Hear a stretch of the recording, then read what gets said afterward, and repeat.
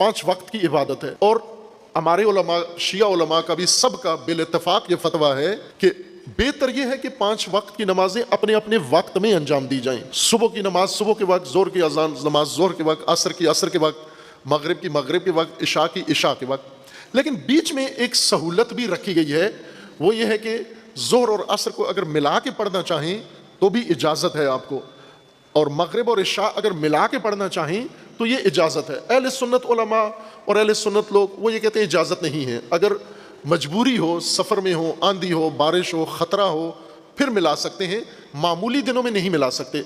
लेकिन उलमाए इमामिया मकतब अहलुल बैत में ये कहा गया कि ना, अगर कोई परेशानी ना भी हो, बारिश ना भी हो, अगर कोई ख़तरा ना हो, कुछ भी ना हो, बिल्कुल मामूल के अयाम हो, तो भी आप मिला के पढ़ सकते हैं। इजाज़त है आपको, मिला के पढ़ना जायज़ है, ना कि मिला के पढ़ना वाजिब है, जो हमने समझ लिया है।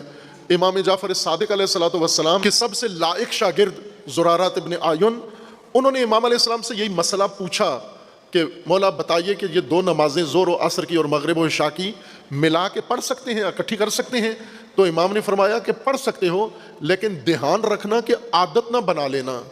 ये ना हो कि सारी उम्र मिला के ही पढ़ते रहो, जब ज़रूरत पड़े, जब जी चाहे कभी कभार तो मिला लिया करो, कोई रुकावट नहीं है। लेकिन ये ना हो कि रूटीन बना लो, आप सारी उम्र इसी तरह गुजार दो कि मिला के पढ़नी है ना। इनकी अब अलग अलग औकात हैं।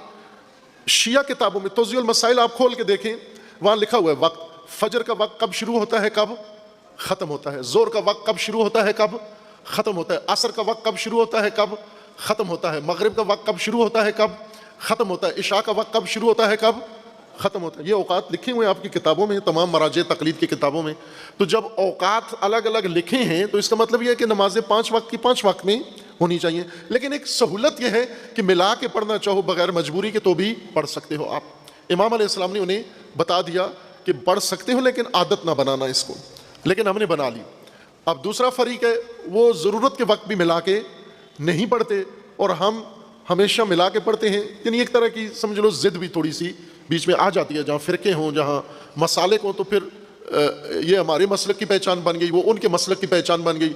उनके मसलक की पहचान ये है कि हमेशा अलग पढ़नी है, हमारी मसलक की पहचान ये है कि हमेशा इकट्ठी पढ़नी है, जबकि हुक्म दोनों का एक जैसा है। उनके यहाँ भी ये है कि आप मिला के पढ़ सकते हो, हमारे यहाँ भी ये है कि आप मिला के पढ़ सकते हैं। बाहर के 5 वक्त में आपने नमाज पढ़नी है।